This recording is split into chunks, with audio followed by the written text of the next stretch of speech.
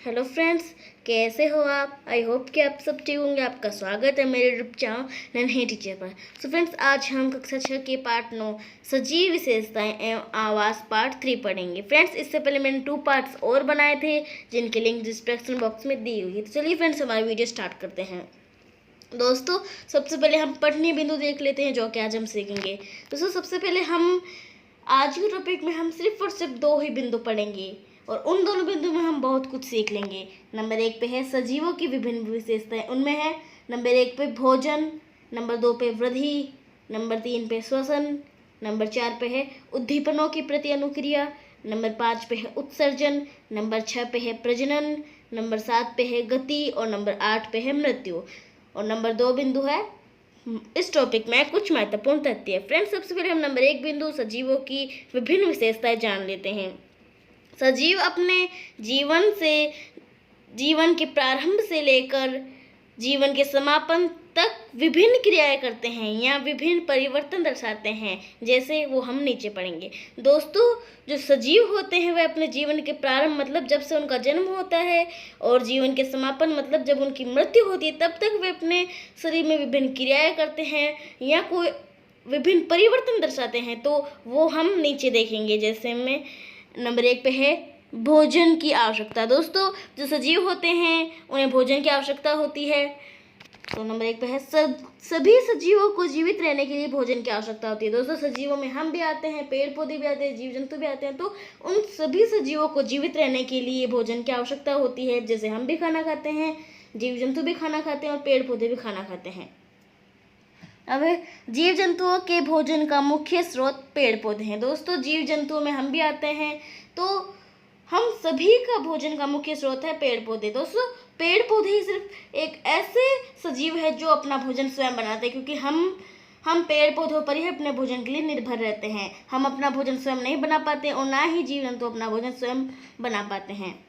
पेड़ पौधे प्रकाश संश्लेषण की क्रिया द्वारा अपना भोजन खुद बनाते। दोस्तों, पेड़ पौधे होते हैं वह प्रकाश संश्लेषण की क्रिया द्वारा, जिसमें सूर्य के प्रकाश की उपस्थिति में जल और कार्बन डाइऑक्साइड गैस द्वारा पेड़ पौधे अपना भोजन खुद बनाते हैं, जिसमें ऑक्सीजन और जल का निर्माण होता है। नंबर 2 पे है वृद्धि।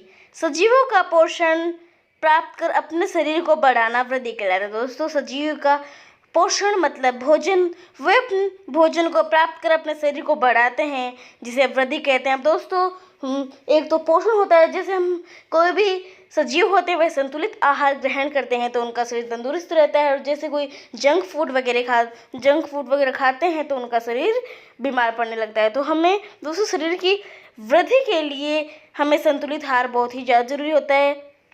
अब दोस्तों, जीव जंतुओं में वृद्धि वजन, लंबाई व मोटा पतला के रूप में दिखाई देती है। दोस्तों, जीव जंतुओं में जैसे मनुष्य या जानवर, तो उनमें जो वृद्धि होती है वह किसके रूप में दिखाई देती है? वजन, लंबाई और मोटा पतला। उनका वजन कितना है, उनकी लंबाई कितनी, मतलब वो कितने ऊंचे हैं और वो कैसे हैं, वो मोटे हैं या पतले हैं। तो इसके रूप में सजीवों में वृद्धि दिखाई देती है। अब दोस्तों, पेड़ पौधों में वृद्धि तने की मोटाई, लंबाई के रूप में दिखाई देती है। दोस्तों, जीव जंतुओं में तो वृद्धि वजन, लंबाई व मोटे पतले के रूप में दिखाई देती है, पर पेड़ पौधों में वृद्धि तने की मोटाई मतलब उनकी जो डाली होती है, तना होता है, वह कितना मोटा है और जो पेड़ पौधे हैं उनकी लंबाई कितनी है, इसके रूप में दिखाई देती है। अब दोस्तों, नंबर 3 पे श्वसन मतलब श्वास लेना। सभी सजीव श्वसन में ऑक्सीजन गैस लेते हैं, वह कार्बन डाइऑक्साइड गैस छोड़ते हैं। दोस्तों, सभी सजीव मतलब यहाँ पे जितने भी जैसे पेड़ पौधे, जीव जंतु, मनुष्य, ये सभी सजीव है, तो वो श्वसन के दौरान ऑक्सीजन गैस लेते हैं और कार्बन डाइऑक्साइड गैस छोड़ते हैं। दोस्तों, जैसे कि आपको मान लो कहीं पे ऑक्सीजन की कमी हो गई तो आपको वहाँ पे सांस लेने में तकलीफ होगी, तो इससे यह सिद्ध होता है कि हमें ऑक्सीजन की बहुत ज़रूरत है। अब दोस्तों, पेड़ पौधे दिन के समय भोजन बनाने की क्रिया में ऑक्सीजन गैस का निर्माण करते हैं। दोस्तों, जो पेड़ पौधे होते हैं वह दिन के समय पेड़ पौधे भोजन किससे बनाते हैं? प्रकाश संश्लेषण की क्रिया में, जिससे सूर्य के प्रकाश और जल और कार्बन डाइऑक्साइड गैस की उपस्थिति में अपना भोजन बनाते हैं, जिससे ऑक्सीजन गैस का निर्माण होता है। दोस्तों, पेड़ पौधे दिन के समय तो ऑक्सीजन गैस का निर्माण करते हैं, पर रात में वह ऑक्सीजन गैस को ग्रहण करते हैं और कार्बन डाइऑक्साइड गैस छोड़ते हैं। इसलिए हमें रात के समय पेड़ के नीचे नहीं सोना चाहिए, क्योंकि रात के समय पेड़ के नीचे ऑक्सीजन की कमी रहती है। अब दोस्तों, श्वसन क्रियाओं से कोशिकाओं में भोजन से हमें ऊर्जा मिलती है। दोस्तों, श्वसन क्रिया से मतलब हम सांस लेने की जो क्रिया होती है उससे कोशिकाओं मतलब जो हमारी जो कोशिका है उसमें भोजन से हमें ऊर्जा मिलती है, हमें ताकत मिलती है, शक्ति मिलती है। अब दोस्तों, उद्दीपनों के प्रति अनुक्रिया।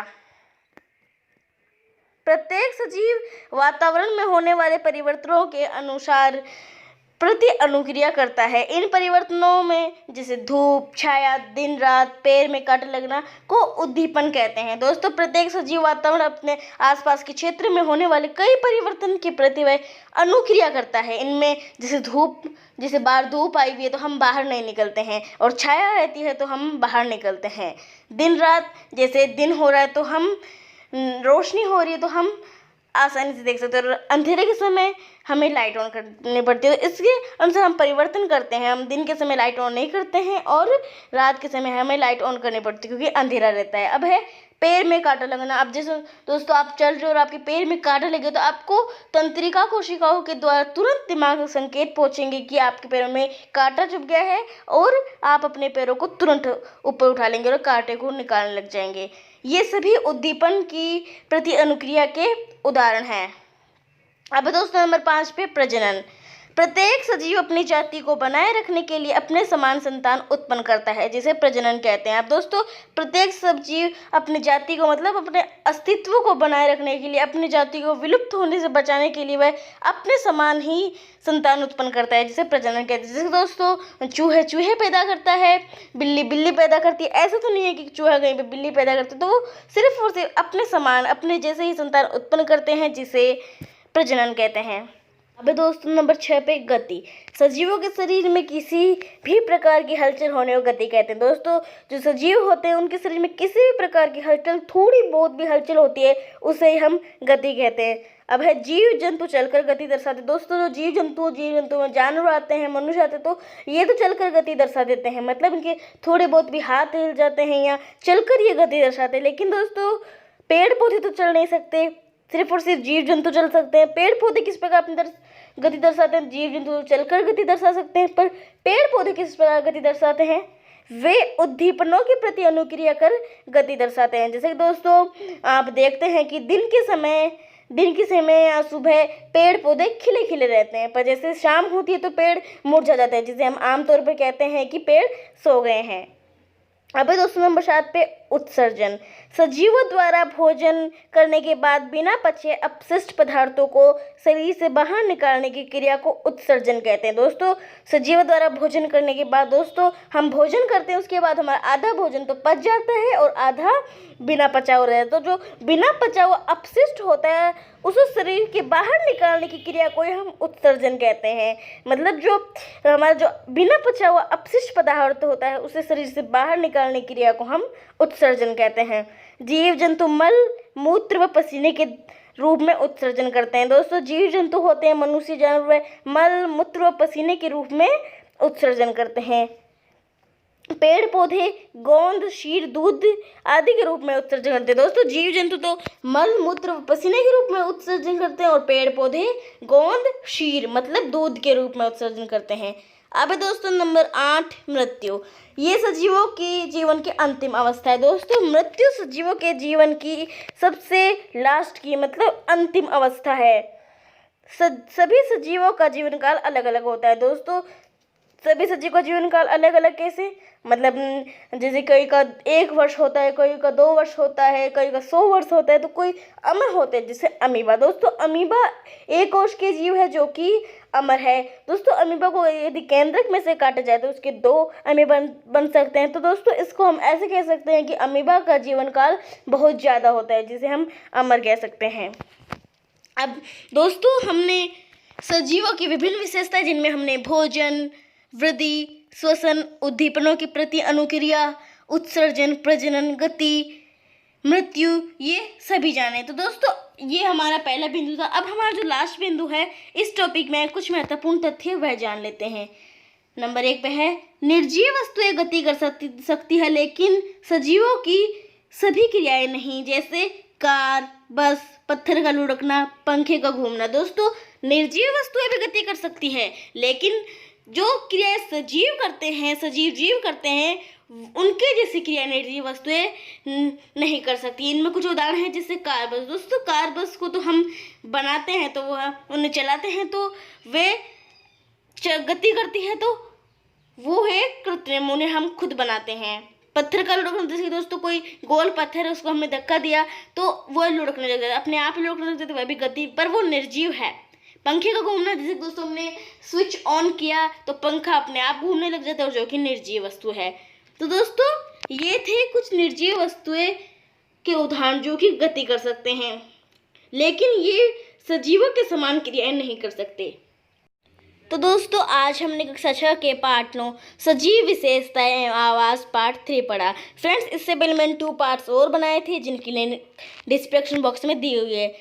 तो दोस्तों इसी के साथ हमारा चैप्टर समाप्त होता है। तो दोस्तों हम सबसे पहले जो आज हमने पठनीय बिंदु पढ़े थे उनको फिर से रिव्यू कर लेते हैं। नंबर 1 पे है सजीवों की विभिन्न विशेषताएं, उनमें आते हैं नंबर 1 पे भोजन, नंबर 2 पे वृद्धि, नंबर 3 पे श्वसन, नंबर 4 पे उद्दीपनों के प्रति अनुक्रिया, नंबर 5 पे उत्सर्जन, नंबर 6 पे प्रजनन, नंबर 7 पे गति और नंबर 8 पे मृत्यु।